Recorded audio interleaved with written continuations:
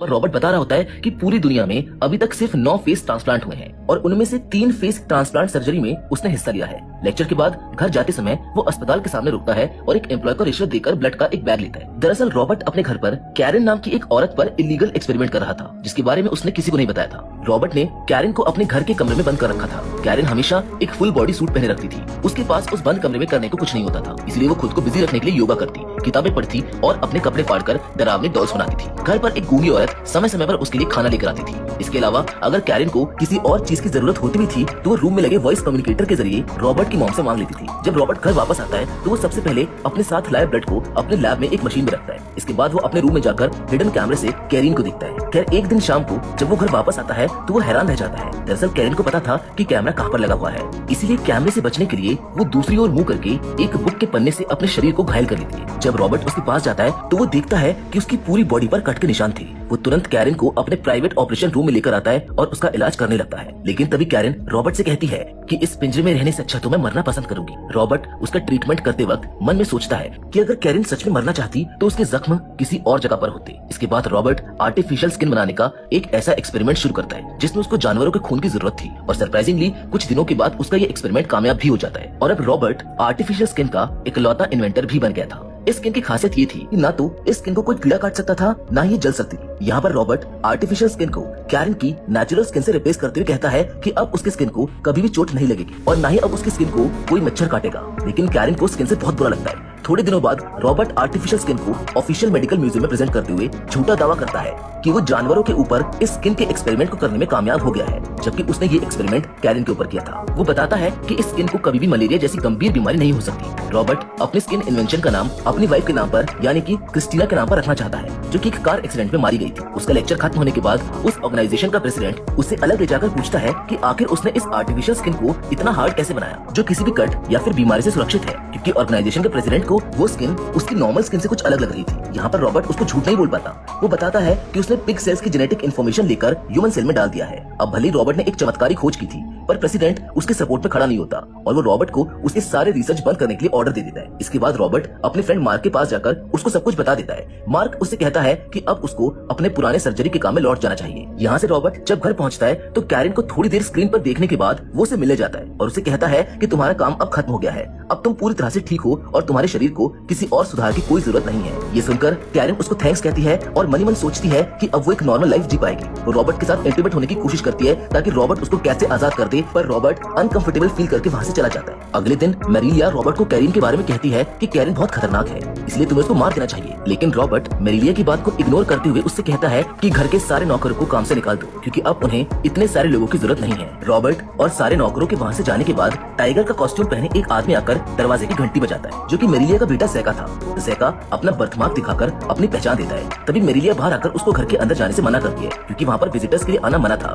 लेकिन ज़ैका जबरदस्ती घर में घुस जाता है। मेरिलिया ये सोचकर उसको कुछ नहीं कहती कि वो ज़ैका को किचन में बैठा लेगी। किचन में वो ज़ैका को कुछ खाने को देती है। इस टाइम टीवी पर ज्वेलरी शॉप की एक खबर दिखाई जाती है, जिसे देखकर मेरिलिया समझ जाती है कि ज़ैका यहाँ पर उसे मिलने नहीं आया, बल्कि पुलिस से छुपने के लिए आया है, क्योंकि उसके कॉस्ट्यूम की वजह से पुलिस उसको कार्निवल की भीड़ में पकड़ नहीं पाई थी। तभी ज़ैका मेरिलिया से कहता है कि मैं चाहता हूँ कि रॉबर्ट मेरे चेहरे की सर्जरी करके मेरा चेहरा बदल दे, ताकि कोई भी मुझको पहचान ना सके। जिस पर मेरिलिया उससे कहती है कि रॉबर्ट कभी भी ऐसा नहीं करेगा और तुम जल्दी से यहाँ से चले जाओ। जिसके बाद ज़ैका किचन में अल्कोहल ढूंढने लगता है। तभी अचानक उसकी नजर सिक्योरिटी कैमरे पर पड़ती है, जिसमें उसको कैरन योगा करते हुए दिखती है। कैरन का चेहरा देखकर वो उसको पहचान जाता है और सोचता है कि आखिर वो यहाँ पर कैसे आई, क्योंकि वो तो मर चुकी थी। यहाँ पर मेरिलिया किचन में छुपाई हुई गन निकालकर ज़ैका को वहाँ से जाने के लिए कहती है, पर ज़ैका उस पर कूदकर उसके हाथ से गन छीन लेता है और उसे एक चेयर से बांधकर ऊपर कैरन के रूम में जाने लगता है। लेकिन कैरन के रूम का डोर लॉक देखकर वो वापस अपनी माँ के पास आता है और उसको धमकाते हुए उससे चाबी ले लेता है। लेकिन जैसे वो दरवाजे को खोलता है तभी कैरन अपने सेल्फ डिफेंस में उसको एक किक मार देती है। कैरन उसकी पकड़ से खुद को छुड़ाने की बहुत कोशिश करती है, पर ज़ैका उससे ज्यादा ताकतवर था, इसलिए वो उस पर कंट्रोल पाकर उससे छूटकर बेड पर लेट जाता है और वहाँ वो कैरन के साथ जबरदस्ती करने लगता है। इसी बीच अचानक रॉबर्ट घर वापस आ जाता है। तभी वो सिक्योरिटी कैमरे में सब कुछ देख लेता है और गुस्से में अपनी गन निकालकर कैरन के रूम में जाकर ज़ैका को शूट कर देता है। ये देखकर मेरिलिया सोचती है कि काश वो कैरन को भी मार डालता। खैर इसके बाद रॉबर्ट ज़ैका की बॉडी को ठिकाने लगाने के लिए वहाँ से ले जाता है। तब मेरिलिया रॉबर्ट और ज़ैका के बारे में बताती है कि वो दोनों नाजायज भाई थे।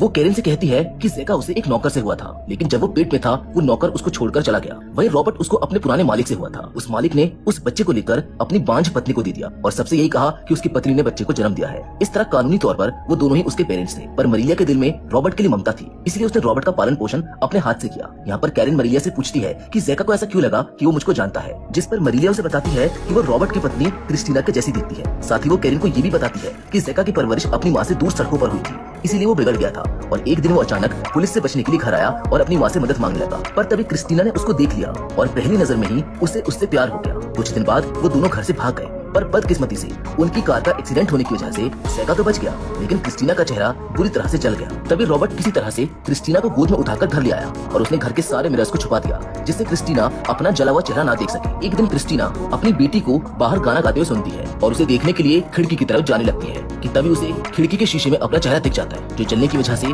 काफी डरावना हो चुका था। वो अपने इस डरावने चेहरे को बर्दाश्त नहीं कर पाती और वो खिड़की से कूदकर अपनी जान दे देती है। वहीं उसकी बेटी अपनी माँ की मौत की वजह से सदमे में चली जाती है। अब जब मरीलिया कैरन को ये सब बता ही रही होती है कि तभी रॉबर्ट ज़ेका की बॉडी को दफनाकर वापस आ जाता है और कैरन के ऑफर को स्वीकार कर लेता है। वो उसको अपने साथ सुलाता है और थोड़ी देर बाद रॉबर्ट को एक सपना आता है, जिसमें उसे वही दर्दनाक घटना दिखाई देती है जो 6 साल पहले हुई थी, जब उसने अपनी बेटी नॉर्मा के साथ एक शादी अटेंड की थी ताकि नॉर्मा सोशल लाइफ में नॉर्मल हो सके। उसकी बेटी को उसकी माँ की मौत से हुए सदमे से उभारने के लिए उसको जो दवाइयाँ दी गई थी, उनके असर से नॉर्मा टीनेजर लगने लगी थी। पार्टी जोरों शोरों से चल रही थी। तभी रॉबर्ट देखता है कि नॉर्मा पार्टी में नहीं है, जिसको ढूंढने वो गार्डन में पहुंच जाता है, जहाँ पर एक लड़का बड़ी तेजी से बाइक से जाते हुए दिखता है। वहीं पर रॉबर्ट को नॉर्मा के जूते और कोट नीचे पड़ा हुआ मिलता है। वो चीजों को ट्रैक करता हुआ उस जगह पहुंचता है जहाँ पर नॉर्मा बेहोश पड़ी थी। उसके कपड़े ठीक नहीं थे। यहाँ पर रॉबर्ट को ये समझते हुए देर नहीं लगी कि उस बाइक राइडर ने नॉर्मा के साथ क्या किया है। जैसे नॉर्मा को होश आता है, वो अपने फादर को अटैकर समझकर जोर जोर से चिल्लाने लगती है। इसके बाद प्रेजेंट में हम देखते हैं कि कैरन भी सपने में इस घटना को देखती है। वो देखती है कि विंसेंट नाम का एक यंग लड़का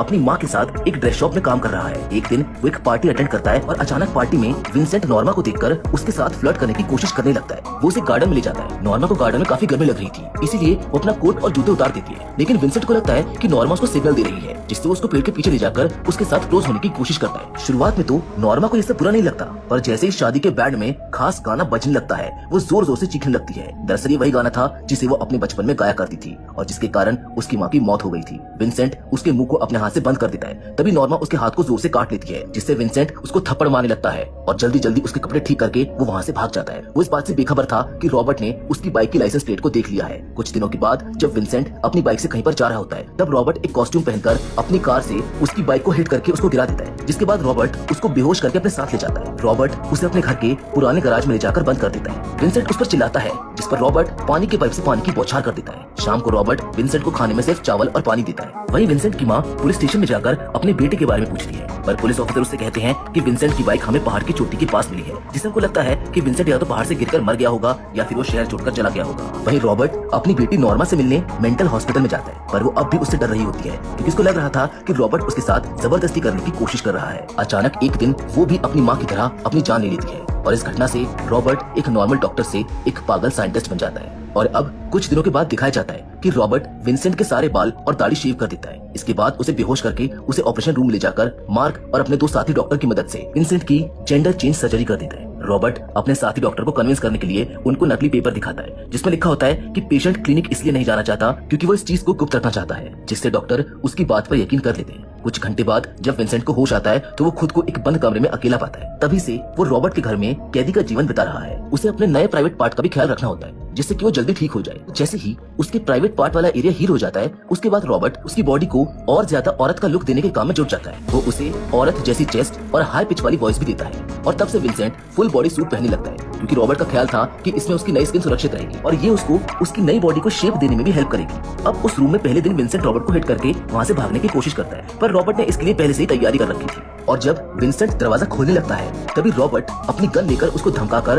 वापस रूम में जाने के लिए कहता है। मजबूरन विंसेंट को वापस रूम में जाना पड़ता है। कुछ हफ्तों के बाद विंसेंट वुमेन सर्जरी के लास्ट प्रोसीजर से गुजरता है, जहाँ रॉबर्ट उसे अपनी मरी हुई वाइफ क्रिस्टीना का चेहरा देता है। यहाँ पर रॉबर्ट विंसेंट का नया नाम कैरन रखता है। अब स्टार्टिंग के कुछ दिन तो कैरन रॉबर्ट के दिए हुए कपड़ों को फाड़ देती है और मेकअप को बर्बाद करके रॉबर्ट का विरोध करती है। वो सिर्फ एक आईलाइनर अपने पास रखती है, जिससे कि वो दीवार पर अपने साथ हुए इंसिडेंट को लिख सके। उस कमरे में उसके पास सिर्फ एक टीवी है, जो उसके मनोरंजन का इकलौता साधन है, जिसके जरिए वो योगा सीखती है और अपने कपड़े फाड़कर डरावनी डॉल्स बनाती है। कुछ दिनों बाद रॉबर्ट अपनी माँ मरीलिया को घर में बुलाता है, ताकि कैरन की देखभाल के लिए एक औरत की जरूरत पूरी हो जाए। यहाँ से कहानी प्रेजेंट में जाती है, जहाँ अब रॉबर्ट और कैरन काफी खुशी खुशी रह रहे थे। अब एक दिन रॉबर्ट का दोस्त मार्क उससे मिलने आता है और उसे आज का न्यूज़पेपर दिखाता है, जिसमें कई लोगों के साथ विंसेंट के गुमशुदा होने की भी खबर छपी हुई थी। अब क्योंकि मार्क ने ऑपरेशन के समय विंसेंट को देखा था, इसलिए वो कैरन को पहचान जाता है और रॉबर्ट से कहता है कि उसने उनसे झूठ क्यों बोला। इस पर रॉबर्ट अपने ड्रॉर से गन निकालता है और उसको धमकाने की कोशिश करता है। तभी अचानक वहाँ पर कैरन के आ जाने से उनकी बातचीत रुक जाती है। कैरन मार्क से कहती है कि उसने ऑपरेशन के लिए अपनी पूरी सहमति दी थी। ये सुनकर वो वहाँ से चला जाता है। शाम को कैरन और रॉबर्ट फिर से एक दूसरे के करीब आते हैं, पर यहाँ पर कैरन को ज़ैका के अटैक के कारण अब तक पेन हो रहा था। वो स्किन को लाने के लिए बाहर जाती है और इसी मौके का फायदा उठाकर अपना बदला लेने के लिए वो रॉबर्ट की गन भी छुपाकर अपने साथ ले आती है। इसके बाद वो रॉबर्ट से कहती है कि तुमने मेरी पूरी जिंदगी बर्बाद कर दी, और इतना कहते ही वो उसको शूट करके मार डालती है। नीचे मरीलिया गोली की आवाज सुनकर अपने साथ अपनी गन लेकर ऊपर आती है, पर कैरन बेड के नीचे छुपकर उसका इंतजार कर रही होती है, और जैसे ही वो रूम के अंदर आती है कैरन उसको भी गोली मार देती है। अब जब सब कुछ खत्म हो चुका था और कैरन आजाद थी, तो वो कुछ कपड़े और पैसे लेकर वहाँ से भाग जाती है, और अगले दिन वो अपनी माँ की शॉप पर पहुँचती है और उन्हें अपनी पहचान साबित करने के लिए वो सारी बातें बताती है जो सिर्फ विंसेंट ही जानता था, जिसे सुनकर उसकी माँ हैरत में पड़ जाती है। और यहाँ पर विंसेंट और उसकी माँ दोनों